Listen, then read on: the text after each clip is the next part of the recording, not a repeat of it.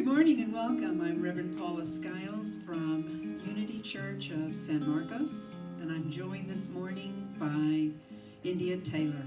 She'll be sharing some not only of her original music, but some music later on by Daniel Nahmad. I want to share a story initially with you this morning. It's really an old story, but it has such a wonderful point to it. There was this great big tough burly soldier who came upon this monk and said to him, he said, of course, this soldier who's accustomed to having all of his orders obeyed immediately says, "Monk, teach me about heaven and hell." And the monk looked up from where he was sitting at this mighty warrior, and he replied with disdain, "Teach you? I couldn't teach you anything if I wanted to. You're unteachable. You're dirty, you're smelly, you don't even keep your sword cleaned. It's all rusty." And he looked at him and he was just, "You're a disgrace, you're an embarrassment to the military. And get out of my sight. I can't stand to even look at you." Now, about this time, the soldier is just outraged. And his face is turning red. And about that time, he raises his sword up and he says, "I'll kill you." And the monk says very quietly, "That is hell." And the soldier catches himself as he's just about to kill this monk. And he's just overwhelmed with it. And he becomes so clear that this person has put his own life in danger in order to try and teach him about hell. And so he is just moved, and he finds himself feeling at peace and grateful to this monk. And he says to this big soldier, the monk says, "And that is heaven." And so I would share with you morning, my service is titled, "Putting One Foot in Front of the Other." And my hope for you today is that it will teach you or let you learn something about how to have more faith when difficult times come through, as perhaps you might be experiencing in your own life right now. So let's talk this morning. Now, as we all know, things don't always go the way we hope they do, right? And let alone how we would like them to go. There is a 1992 Olympics. You remember when Derek Redmond was running in the 400 meter, and about 150 meters in, he tore a hamstring. And he began to simply hop on one leg to try and finish this race. And about that time, there was a man who broke through the security and came running out on the field towards him as he's hopping on his one good leg towards the finish line, where he had still 2/3 of the race to try and finish. It was his father. And his father looked at him and he says, "You don't have to do this." And he looked at his dad and he said, "Yes, I do." And he says, "Well, then we'll do it together." And so he put Eric's arm on his shoulder so that he could lean on him while he was moving through it and went forward. And just before the finish line, he let him go. And he let him hop the rest of the way by himself, and so he could finish it. Now, there were over 65,000 people in that stadium, and he received a roaring standing ovation. That in alone tells me that you don't have to be successful to win. You don't have to be the winner to win. And that you're not going to fail just because you didn't win the way you thought you needed to. And so I'm thinking this morning about how our choices define us. And the choice to give up, the choice to quit when things are seemingly unbeatable, when things seem as if not only are they not going to go my way, but I have no way that I'm going to win this. And so I think about what it takes. This morning I want to help you and I to think about what does it take to keep on putting one foot in front of the other when it feels like there's no point, when it feels like what good does it do, when it feels like there is no use. I can't make a difference. I can't have what I'm looking for. My dreams are undreamable. They're unreachable. Okay. Whether you know it or not, the Bible has in it a lot of upward speaking encouragement. And the letters of Paul were just that, ancient letters of upward speaking. And one of the most wonderful things Paul said in Colossians 1:26 and 27, he said, there is a mystery. Surely there is indeed no greater mystery, which hath been hid for ages and generations, that which is Christ in you, the hope of glory. Now, I want to tell you that for me, in my life, I have heard these words in a much more profound way. And I hope that you do too as a result of this. So this insight, what is your hope of glory? What is it that determines your choices? Because glory is that which makes your heart sing. Glory is that which uplifts and raises up and brings into a greater sense of good. All right? Glory is that essence of life that we live that just feels victorious, that feels as if there is nothing that can keep us down. And that's what that sense of glory is. And when you and I have Christ and feel that Christ inside of us, that is our hope of glory. So let's go on. So the Bible is actually not only a record of, but a guide for our spiritual journey as human beings. And long ago, you and I, people just like us, thought that the way to have the presence of God, to experience God, was through sacrifice. It was through human sacrifice, and then it was animal sacrifice. And now sometimes we still hold on to the idea of self-sacrifice is the way. But really what the Bible goes on to show us is that the real way, the truth is, it's through stillness. It's through peace and stillness that you and I experience the presence of God within us. Jesus used to say, God and I are one. He was always speaking upward. You have no sense of how much that makes a difference. But before this talk is over, I hope you do. Moses was asked by God to go to his people and give them a message and to share with them what God was trying to teach them, right? And he said to God, he says, well, who shall I tell them has sent me? Who shall I tell them that the God of their fathers has, what is your name? And he told Moses, tell them the I am that I am has sent you. And that is what he did. The I am that I am. And so in this morning, what I would offer is that how this is a message for you and I, how this is a message that you and I can understand the Christ, is that Moses represents, by his very name, drawing out, drawing forth, extracting.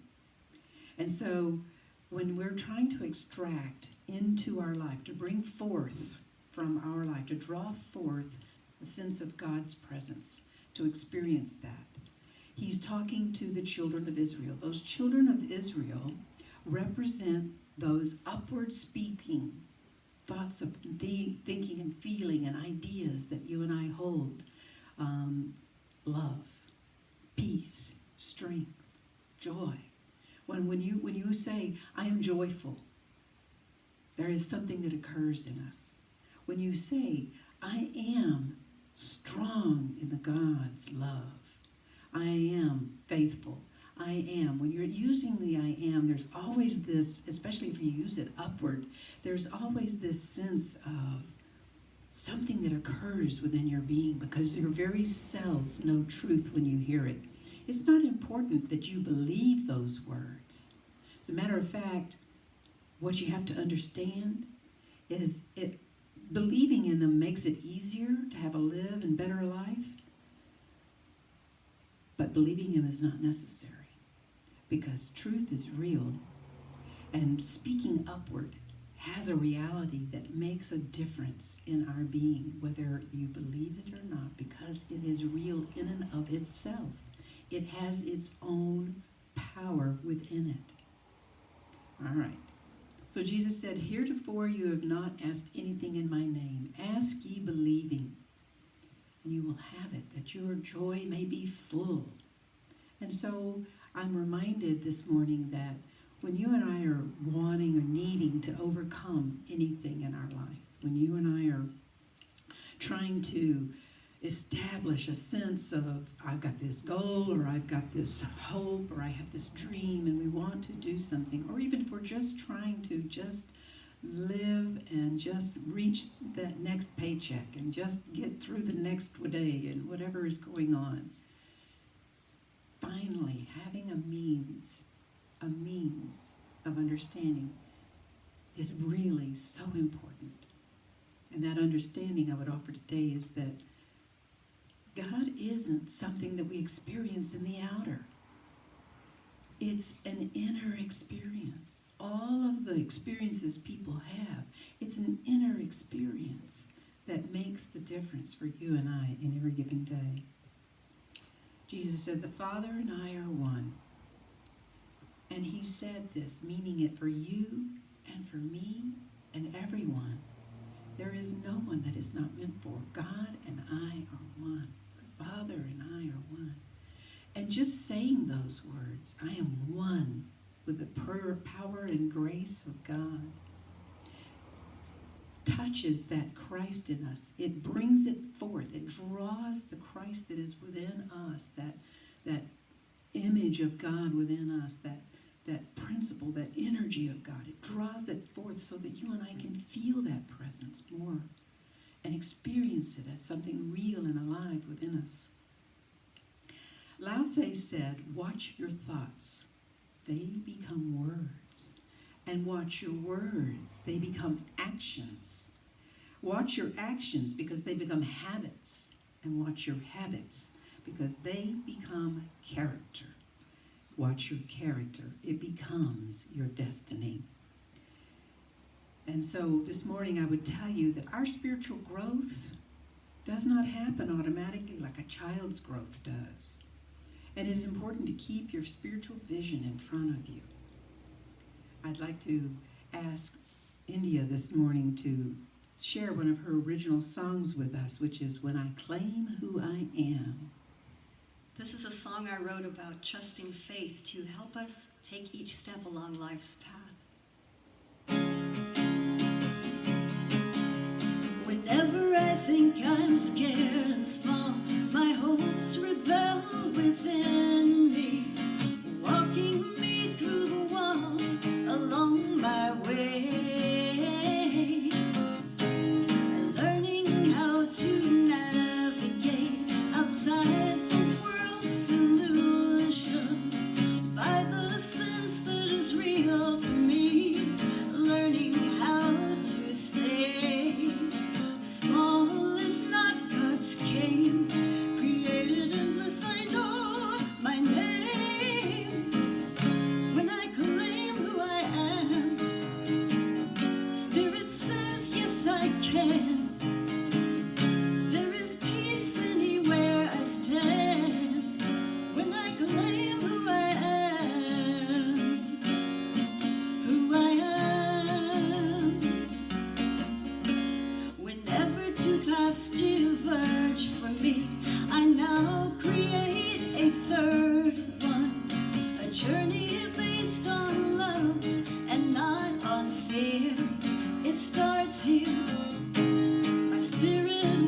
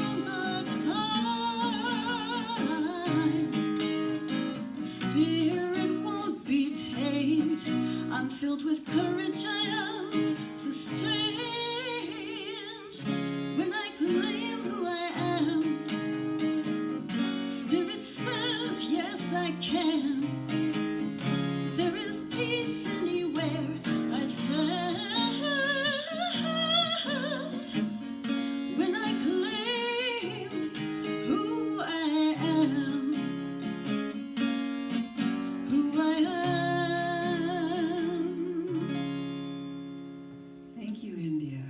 Absolutely.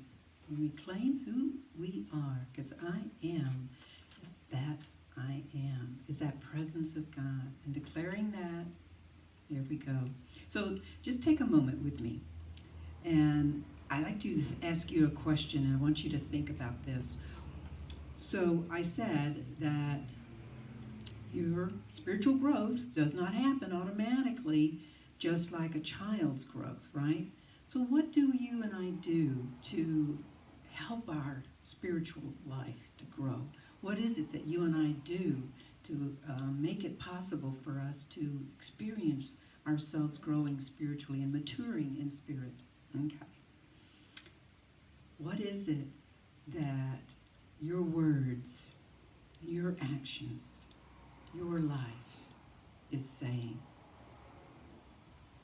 Because that's one of the ways to understand about your spiritual growth, is how your words and your actions and your life are showing that. I would like you to imagine with me that it's a cool morning and you decided you're going to go on your normal run, right? So imagine, even if you're not a runner, just imagine. You can remember when you were a kid and you ran a lot, right? Just imagine that it's a perfect day and you got out, your feet are covering the blocks and you've got an energy and you're enthusiastic, and it's kind of like everything in our life. When we begin something, a lot of times we have all this energy and we are confident and everything, and then as we're running, we're seeing all of the neighbors and they're waving at us, so we're getting some encouragement along the way, right? Right, and then we're just positive. We're impressing them with our skills, right? And then as we look ahead, there is this mountain, right? There's the beast before us that we have to go up. And how long is it before our legs are reminded that we're now not quite as enthusiastic? How long before our breathing going up that hill has been affected? All right, so we're now recognizing that we have attempted to climb this beast, right? Well, here's the truth. All it takes to bring down a beast is a little bit of faith. One step in front of the other, absolutely. Life is full of beasts to overcome. For some of us, our beast is cancer and chemo. For some of us, it's a disease like, heart disease, or it could be anything. And the reality is it could also be our beast is a toddler and a teenager who has decided you are not smart. Or you've even lost your job, the favorite thing in your whole world. You absolutely loved your job, and it's no longer there.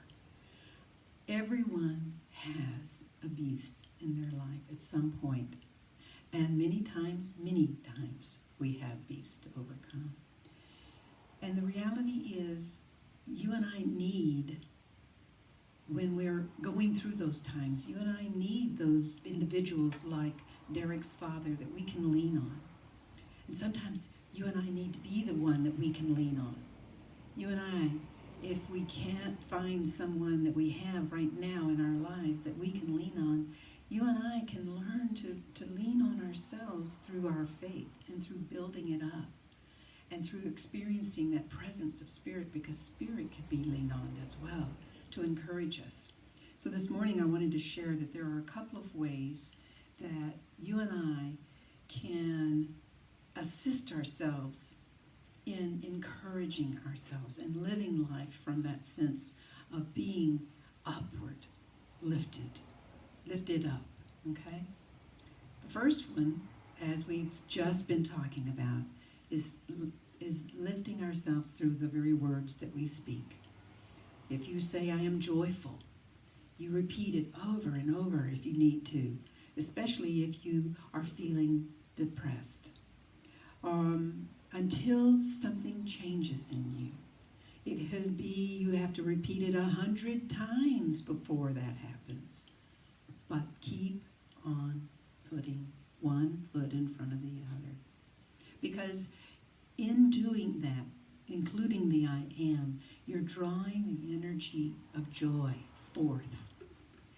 I am strong in God's love. You're drawing the energy of strength and love forth. I am God's child. You are drawing that Christ of being within you, the image and likeness of God within you forward, and making it more, giving it more energy, making it more possible for you and for others around you to live life in a better and more fulfilling way. All right. So the second means in which I would encourage you this morning is to actually engage your body when you're doing this.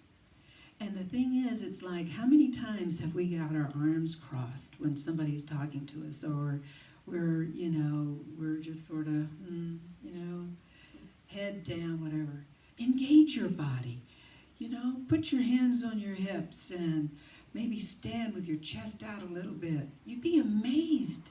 Do it for at least 20 seconds, Put your hands down by the side, hold your fists, making a fist, and put a power stance. We know what those are. We've seen them. Look them up on Google if you don't. And do it for just at least for a few seconds, 20 seconds. How much time does it take, really? And you can see such a difference in your perception about what you can and can't do as a result of engaging not only your body, but your words. The action of your words and your body together will change the perception of how you can keep on and keep on keeping on, putting one foot in front of the other.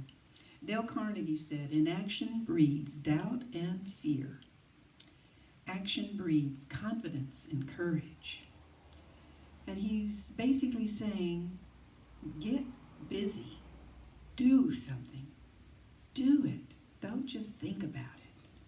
And so this morning, I would remind us, if you're looking outside of yourself, if you're thinking that God can come and change everything for you, think again.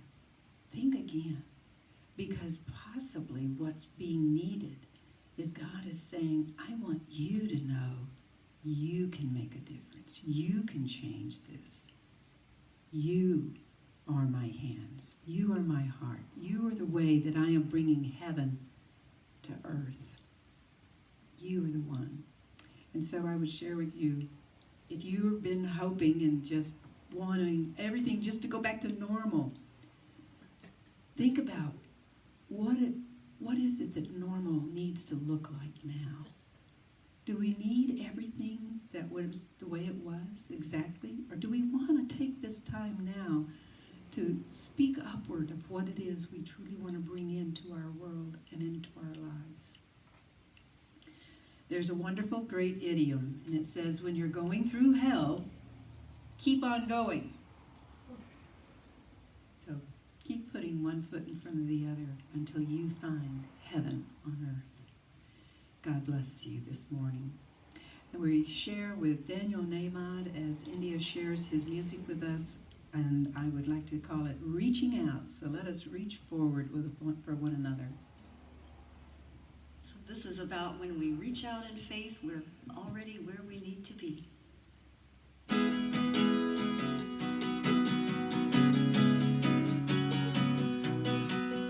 I'm reaching out to feel the infinite. I'm reaching out to know the divine. I'm stepping out to feel the infinite, 'cause this moment is already mine. I'm already there. I'm already home. I'm already safe in my eternal soul. I'm already there. I'm already home. I'm already safe in my eternal soul.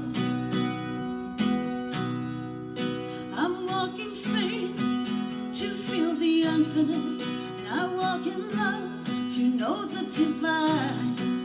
I walk in faith to feel the infinite, 'cause this moment is already mine. Yes, this moment is already mine. I'm already there. I'm already home. I'm already safe eternal soul. I'm already there, I'm already home, I'm already safe in my eternal soul.